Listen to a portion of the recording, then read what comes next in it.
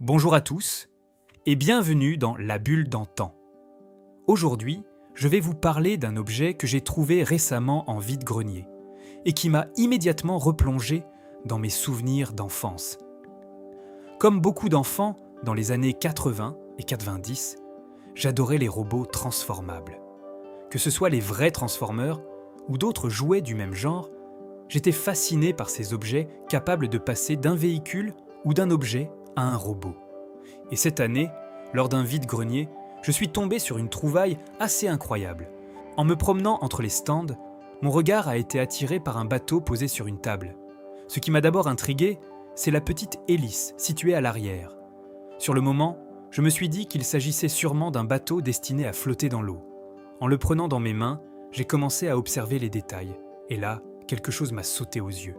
Certaines parties semblaient articulées, comme si elles pouvaient bouger. Plus je l'examinais, plus je me disais « Attends, ce ne serait pas un transformer par hasard ?» J'ai demandé le prix au vendeur.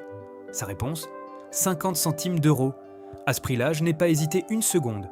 Le bateau a immédiatement rejoint mon sac à dos. Une fois rentré chez moi, j'ai commencé à l'examiner tranquillement. Et j'avais vu juste. Ce n'était pas simplement un bateau.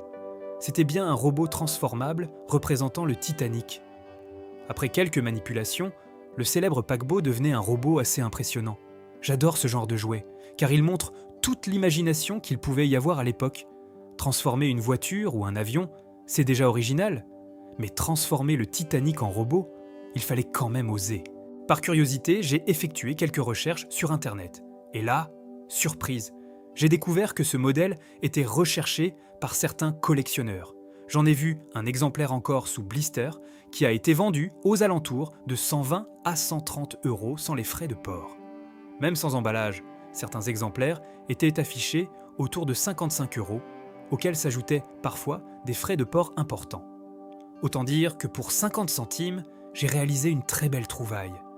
Mais au-delà de sa valeur, cet objet m'a surtout rappelé une époque que j'adorais. Quand j'étais enfant, les robots transformables occupaient une place importante dans mes jouets préférés. Je possédais notamment un train transformable que j'adorais. Je jouais énormément avec lui. Malheureusement, comme beaucoup de jouets que l'on manipule tous les jours, il a fini par être cassé. À l'époque, cela m'avait vraiment fait de la peine.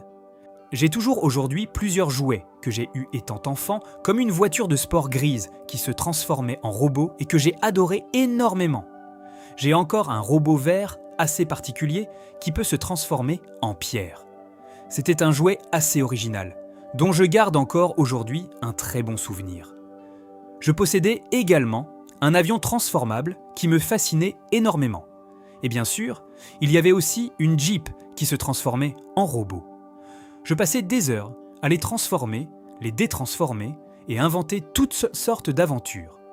À l'époque, il suffisait de quelques jouets et d'un peu d'imagination pour vivre des histoires extraordinaires. Je pense que ce qui rendait ces jouets si spéciaux, c'était le fait qu'on avait l'impression d'en avoir deux en un.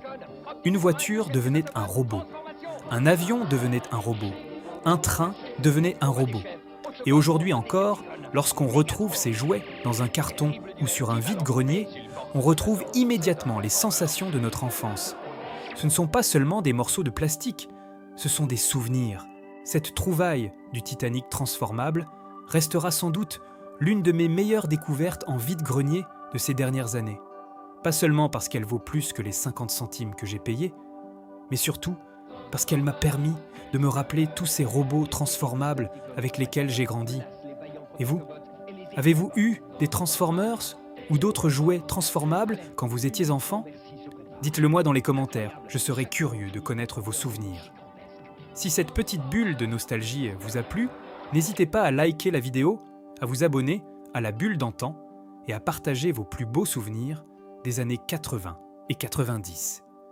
À très bientôt pour une nouvelle plongée dans nos souvenirs d'enfance